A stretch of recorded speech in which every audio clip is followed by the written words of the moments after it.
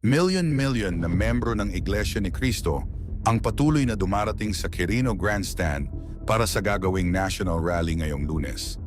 Aabot raw sa mahigit 2 milyong katao ang dadalo sa Grand Rally na gaganapin sa Quirino Grandstand. Patuloy ang pagdating ng iba't ibang membro galing sa iba't ibang lugar sa Luzon, Visayas at Mindanao. Samantala nang kinansila naman ang trabaho at pasok sa may Cagayan de Oro City dahil gaganaping rally ng Iglesia ni Cristo. Samantala nagsalita rin si House Deputy Minority Leader Franz Castro patungkol sa gagawing rally ng Iglesia ni Cristo sa ADPA nito. This rally is not about peace and unity.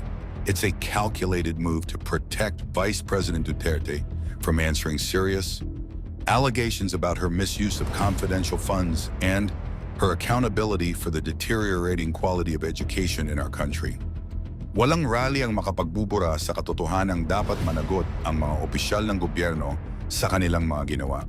Ang milyong Pilipinong sumusuporta sa impeachment ay humihingi ng hustisya at pananagutan, hindi political theatrics. Walang tunay na kapayapaan kung walang hustisya.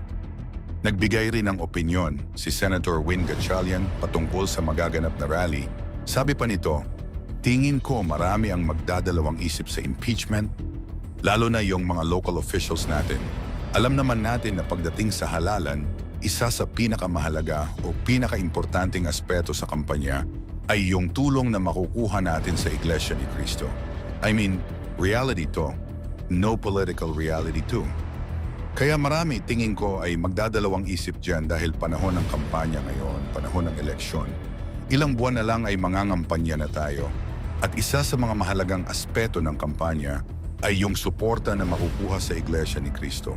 Ito ang mabigat na pahayag na ibinigay ni Senator Gatchalian sa mga nagbabalak impeach si VP Sara. Samantala sinabi naman ni Congressman Marcoleta na ang gaganaping peace rally ay hindi para magkagulo ang bansa, kundi para pag-isahin ang dalawang nagbabangayan na dalawang leader ng bansa. Matatandaan natin na ang Iglesia ni Cristo ay suportado ang pagtakbo ni VP Sara.